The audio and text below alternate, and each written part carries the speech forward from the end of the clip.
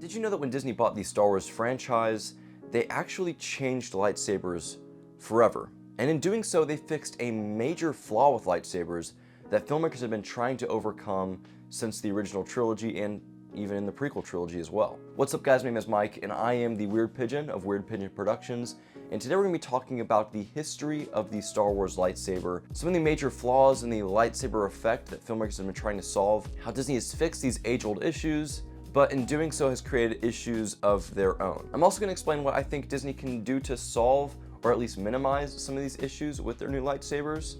And in doing so, I'll explain why this scene from Kenobi looks so bad, yet this scene from The Force Awakens looks so good. Also, this is my third time filming this video, because for some reason my audio just doesn't want to record time and time again. So hopefully this one works. The first ever hilts for lightsabers made for the original Star Wars A New Hope, were kit bashed together from all kinds of random scavenged parts. Some of these parts include flash handles from old school press cameras, parts from sink faucets, cabinets, jet engines, and also World War I grenades. Yeah, you heard that right, pretty random stuff. But creating the hilts for these weapons was the easy part. The hard part was getting the blades and the actual lightsaber blade effect just right. And that's really what we're going to be focusing on in this video. When creating these lightsaber blades and the lightsaber blade effect, filmmakers wanted these things to be able to emit light like an actual sword of light would. And to do this, light needed to look like it was coming from the blade itself and casting onto objects and actors in the scene. But how do you do this in the 1970s? Well, that's the problem that the filmmakers need to overcome, and they really kind of sort of didn't. Their solution was using a three-sided wooden dowel pole that was coated in a retro-reflective material. Now, what exactly is retro-reflective material? Well, the stuff they used is very similar to like the reflective material that you see on street signs or safety vests. The idea was that when the lights from the actual set hit the lightsaber, it would reflect off of this material, illuminating the objects around it, creating an in-camera glowing lightsaber effect. And they actually had it wired up where it would spin in the shot. I guess they did this to kind of create maybe a flickering effect or a randomized lighting effect, or maybe they just thought this would look better on camera. However, as you can imagine, this didn't really work. It looked very hokey, it didn't produce the desired effect. It seemed like all hope for the lightsaber blade was lost until a gentleman named Nelson Shin, I believe I'm pronouncing that name right, came up with this idea of rotoscoping the actual blades into the film in post. And this final idea is what they went with. Instead of using an in-camera effect on set, now special effects artists in post had to go frame by frame and essentially draw on or animate on the lightsaber effect that we all know and love. And by doing this, it gave the lightsaber its unique and iconic glow. Although the lightsabers in the scenes wouldn't actually emit light, this special effect was good enough for George Lucas, so they went with it. Later on for episodes 5 and 6, they just completely scrapped the whole retro-reflective spinning pole idea and decided to continue on using actual poles for the blades, but this time they really only used the poles for the choreography and also gave the special effects animators in post a frame of reference for where the blade effect needed to go in every single frame. Later on with the special editions, they would go back and update the lightsaber effect digitally, like they did with the majority of the rest of the film, sometimes to its detriment. Moving on into the prequels, the lightsaber blades were still very similar to what they used in 5 and 6, but this time they were coated in a chroma key material, which is essentially a green screen. And even though digital technology had come a really long way since the original trilogy, all the way to the prequel trilogy, and the newer technology allowed the filmmakers to create flashier, faster lightsaber duels, filmmakers were still avoiding the age-old problem of creating a realistic lightsaber effect in camera, where the lightsabers cast actual light like they should. This problem wouldn't finally be solved until Disney took over the franchise and decided to make all new movies. For The Force Awakens, for the first time ever, we have actual Star Wars lightsaber blades that light up and emit light in the scene, in camera, on set. And it looks absolutely incredible. It adds a new layer of realism that lightsabers had never had throughout the rest of the franchise.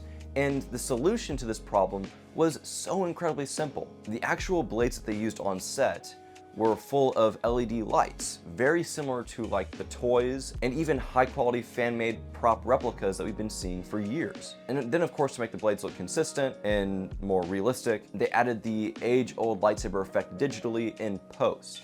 And because these blades actually lit up in scene, it allowed the filmmakers to use this effect to creatively tell their story visually. What I mean by this is scenes like what we get in The Force Awakens with Kylo Ren and Rey dueling it out on Starkiller Base. Internally, the characters are struggling with the light side and the dark side of the Force, and in the scene, we see them illuminated by the glow of their blue Jedi blades and their red Sith dark side blades. I especially love the shot of both blades clashing in their eyes as they're dueling through the scene, contemplating which side of the Force they should go with.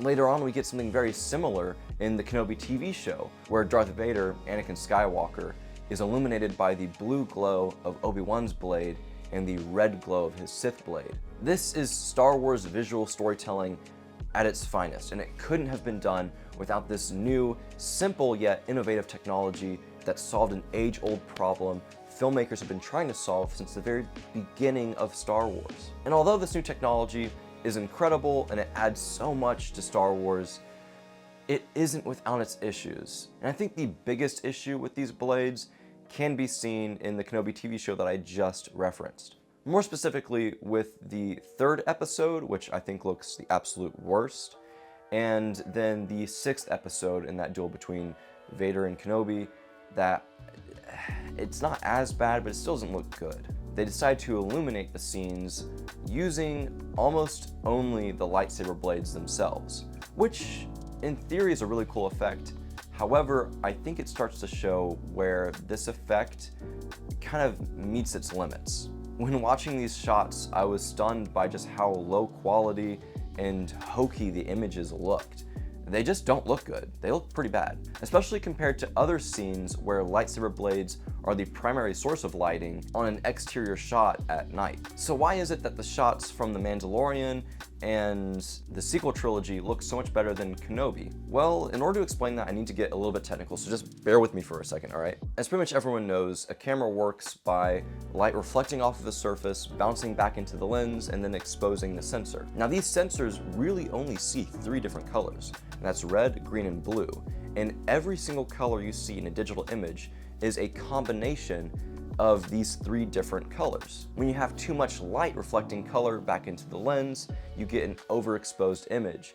And it's not always the entire image that's overexposed. If you've ever taken a picture from your phone and you're inside and you're looking out a window, the window looks completely white because it's blown out. There's an excess of light coming into the lens of your phone. There's essentially too much light, too much color, and you lose all information in that portion of the image. The same can be done when you have an oversaturation of a specific color in your image. And that's essentially what happened with this scene in Kenobi. One thing to note with cheaper LED lights is the wavelength is very, very narrow. This causes the light produced by the LED to be a very specific color. And because this color is the only thing lighting the scene, it's casting off of everything in the image. There's so much contrast between the light areas and the dark areas, that color gets incredibly saturated. This undesired effect is called chroma clipping, and it's essentially a loss of information due to the oversaturated or just excess of a certain color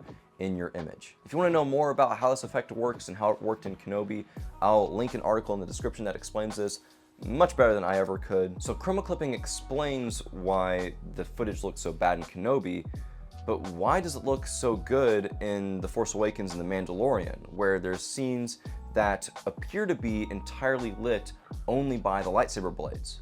Well, that's just the key. They appear to be lit by the lightsaber blades. The difference between those scenes and the ones in Kenobi is something called ambient light. Now at this point you're probably like, oh my gosh, what is ambient light? This is a lot of explanation. Well, ambient light is actually pretty simple.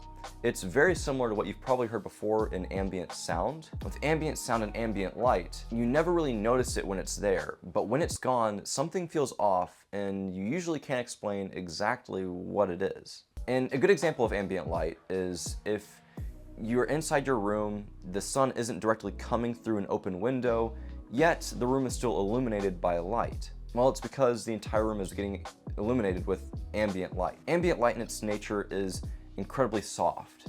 If it does cast a shadow, that shadow doesn't have very well-defined edges. For The Force Awakens, during the duel in the forest on Starkiller Base, they had a bunch of these massive hanging lanterns over the set that produce a very soft light.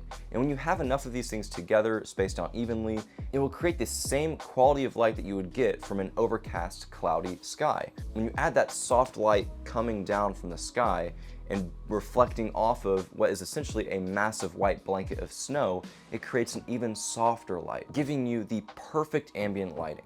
You dim that down and now you have nighttime ambient light. This way, even though the lightsabers in the scene are still very bright, they are by no means the majority of the lighting in the scene. There's enough ambient light that you can see the background. You're not just flooding the camera with one specific color. The image isn't so contrasty that it starts falling apart. It looks good. The same can be said for The Mandalorian, although The Mandalorian was shot a little differently. They shot this on the volume, which, if you don't already know what the volume is a massive LED light wall that essentially is the future of green screen. It allows you to shoot digital backgrounds and special effects in camera rather than throwing it in post. But because it is an LED light wall, by nature it produces light, and a very soft light at that because it's such a wide source. This in and of itself naturally creates ambient lighting. And then on top of that, literally on top of the set, they had a massive white sheet illuminated with lights that created another very soft source similar to what they did in The Force Awakens, where this type of lighting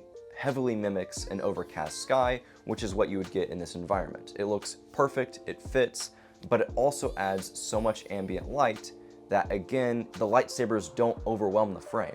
It's not super contrasty, it looks just fine. Now, where did things go wrong with Kenobi? Well, when I looked at behind the scenes footage, it's pretty obvious that they didn't shoot this on the volume. They shot this on a massive backlot set, and although they did have lights in the scene, they weren't nearly strong enough to add enough ambient light to allow you to see everything.